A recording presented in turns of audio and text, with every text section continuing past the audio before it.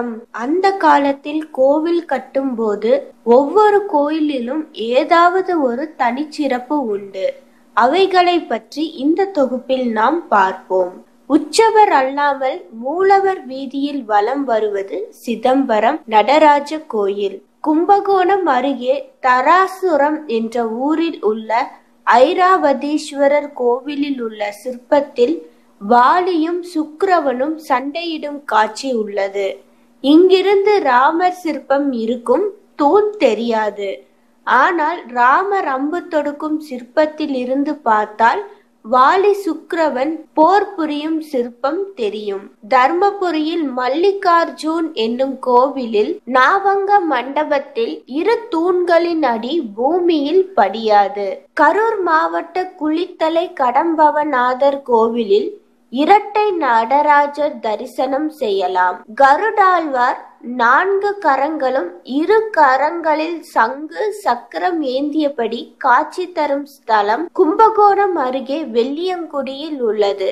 108 திவ்ய தேசத்தில் இங்கு மட்டும்தான் இதுபோல் காட்சி தருகிறார். நாச்சியார் கோவிலில் கல் கருடன் சன்னதியில் 4 பேர் தூக்குவார்கள். பின்பு 8 அல்லது 16 கோவில் வாசலில் 60 பேர் தூக்குவார்கள். அப்பொழுது கருடர் சிலை முகத்தில் வேர் துளிர்க்குமாம். பெரும்பத்தூரில் உள்ள ராமானுஜர் உருவம் வேறு உலோக பொருட்களால் ஆன வடிவமைப்போ இல்லை. குங்குமப்பூ பச்சை கற்பூரம் கொண்ட மூலிகை பொருளால் ஆனது இந்த சிற்பம். திருநெல்வேலி கடையம் அருகே நித்திய கல்யாணி உடனுரை விஸ்வநாதர் கோயிலில் உள்ள வில்வ மரத்தில் லிங்க வடிவில் காய் காய்க்கிறது. கும்பகோணம் அருகே திருநல்லூரில் உள்ள சிவலிங்க திருமேனி ஒரு நாளைக்கு 5 முறை வெவ்வேறு வண்ணங்களில் நிறம் மாறுவதால் பஞ்சவர்ணேஸ்வரர் என்று பெயர் பெற்றுள்ளது.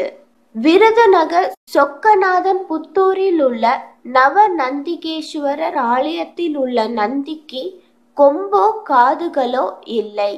ஆந்திராவில் சாம்பல் கோட்டை அருகே உள்ள 3 பிரதான சாலைகள் சந்திப்பில் உள்ள 72 அடி ஆஞ்சநேயரின் கண்களும் சில 100 மைலுக்கு அப்பால் உள்ள பத்ராசால ஆலயத்தில் ஸ்ரீராம திருவடிகளும் ஒரே மட்டத்தில் உள்ளன. வேலூர் அருகில் உள்ள விரிஞ்சிபுரம் என்ற தலத்தில் உள்ள கோவிலில் உள்ள தூண் தென்புறம் அர்த்த சந்திர வடிவில் 1 முதல் 6 வரையும் 6 முதல் 12 வரையும் எண்கள் செதுக்கியுள்ளனர். மேற்புறம் உள்ள பள்ளத்தில் வழியே ஒரு குச்சியை நீட்டினால் குச்சியின் நிழல் எந்த எண்ணில் விழுகிறதோ அதுதான் அப்போது மணி ஆகும்.